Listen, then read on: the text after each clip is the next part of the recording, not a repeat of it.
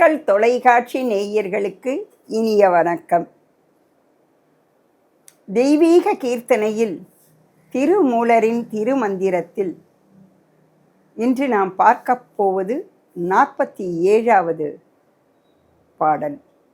அந்த பாடல் வரிகள் ஒவ்வொன்றும் சத்தாக முத்தாக தேன் குடிக்கக்கூடிய அளவிற்கு இனிப்புடையதாக இருக்கிறது.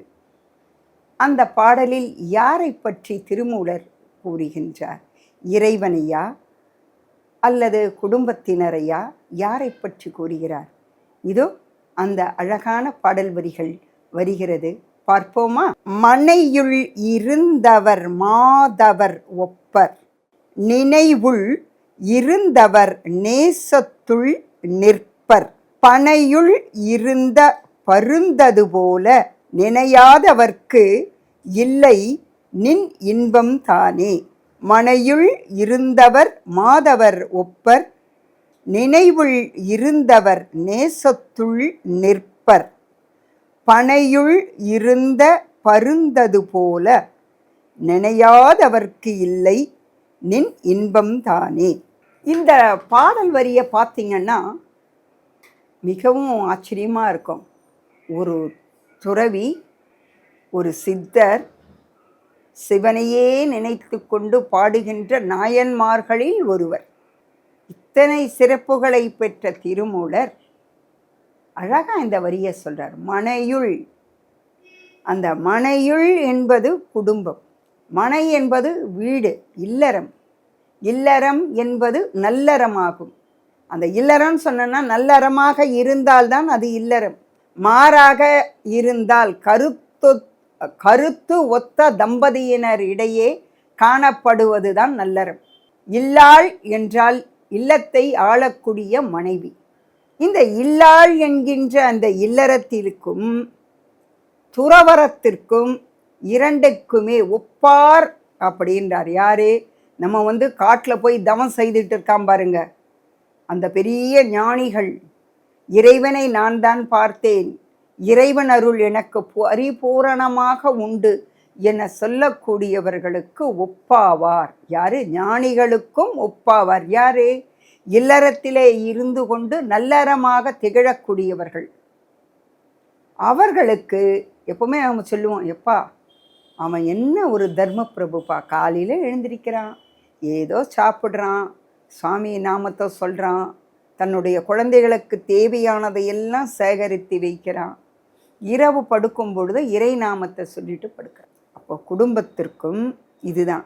ஆனால் ஞானி என்ன பண்ணுறான்? தனக்காக எதையுமே வச்சுக்கிறது கிடையாது, சந்தோஷம். ஆனால் தனக்கு மட்டும்தான் அவன் என்ன பண்ணுவான்? துறவிகள் தனக்காக மட்டும்தான், தான் வீடு பேறு அடைய வேண்டும், தன்னுடைய ஆன்மாவிற்கு மட்டும்தான் சுகம். நல்லா கவனிக்கணும். இல்லறத்தில் இருக்கிறவனுக்கு அப்படி கிடையாது.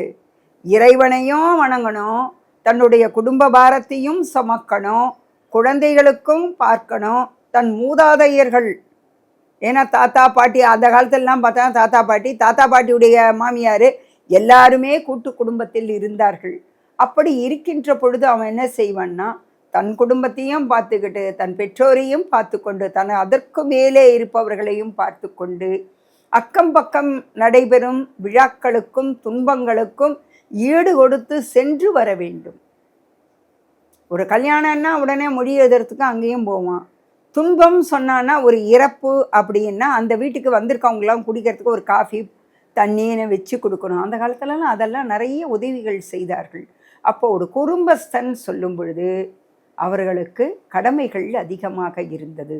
அதை தான் இந்த இரண்டு நிலையையும் இல்லறத்தையும் துறவரத்தையும் இணைத்து இந்த ஒரு பாடலிலே அழகாக பாடியிருக்கின்றான். நீ சிவபெருமானை வணங்குகின்ற பொழுது, அவர் நாமத்தை சொல்லுகின்ற பொழுது உனக்கு பங்கு அதிகமா, இல்லறத்தில் வாழக்கூடியவனுக்கு பங்கு அதிகமா என்று கேட்டால், எப்படி காட்டிலே சென்று யாகங்கள் வளர்த்து இறைவனுடைய நாமத்தை சொல்லிக்கொண்டு கண்களை மூடி ஒரே இடத்துல உட்கார்ந்துட்டு இருக்காரானே ஒரு துறவி, அவனுக்கு ஒப்பாவார். யாரு? வீட்டில் ஓடி ஓடி உழைச்சி இறைவனுடைய நாமத்தை சொல்லி திரியக்கூடிய இவருக்கு. இத்தகைய இந்த இறைவனுடைய நாமத்தை சொல்லுகின்றவர்கள், இதுதான் இந்த பாடலை. இது எதனோடு ஒப்பிடுகின்றார் தெரியுமா இவர் திருமூலர்? பருந்தது. என்ன சொல்றாருன்னா, பருந்தது. பருந்து இருக்கு பாருங்க, அந்த பருந்து என்ன தெரியுமா, பனை மரத்தில் தான் போய் கூடு கட்டுமா, வேற எங்கேயும் அது கட்டாது கூடு. அந்த பனை மரத்தினுடைய உச்சியிலே அது கூடு கட்டிடும். கூடு கட்டி தன்னுடைய குஞ்சுகளை எல்லாம் வச்சுட்டு அதற்கு தேவையான இரையாகிய உணவும் தனக்கு தேவையான உணவையும் தேடி எங்கே போகும்னா வெளியே போகும். திருமூலர் என்ன சொல்ல வர்றார் தெரியுமா? உன்னுடைய அருகிலேயே, உன்னுடைய இதயத்திலேயே நான் வீற்றிருக்கின்றேன், ஆனால் என்னை இங்கே வணங்காமல் எங்கேயோ சென்று போய் வணங்குகின்றார். அதை நினைக்கிறது கிடையாது. அதுபோல் இந்த பருந்து பனை மரத்திலேயே கூடு கட்டிக்கிட்டு இருக்கு. அப்போ பனை மரத்தில் இருக்கின்ற பழம் இருக்கிறது, அந்த இதெல்லாம் இருக்கு. ஆனால் அதையெல்லாம் நீ சாப்பிடாம அதையெல்லாம் விட்டுட்டு எங்கேயோ இறை தேடி சென்று அந்த இறையை கொண்டு வந்து எங்கே சாப்பிட்ற? கடைசியில் எங்கே இறை இருக்கு அங்கேயே வந்து சாப்பிட்றியே. அதே போலதான் மனிதர்கள் இறைவனை நினைக்காதவர்கள். அப்பப்பா சிவனை நினைக்கணுமா என்ன? அப்படி நினைப்பவர்களிடத்திலே இருக்க மாட்டார். ஆனால் வணங்கக்கூடியவர்களுடைய உள்ளத்திலே அருகாமையிலே நான் குடியிருக்கிறேன். என்னை விடுத்து எங்கெங்கோ தேடி, பாட்டு வரும் பாருங்க, எங்கெங்கோ தேடி அலைகின்றார். அதுபோல எங்கெங்கோ தேடி அலையாத, உன்னுடைய வீட்டுக்குள்ளேயே உன்னுடைய அருகாமையிலே நான் இருக்கேன்.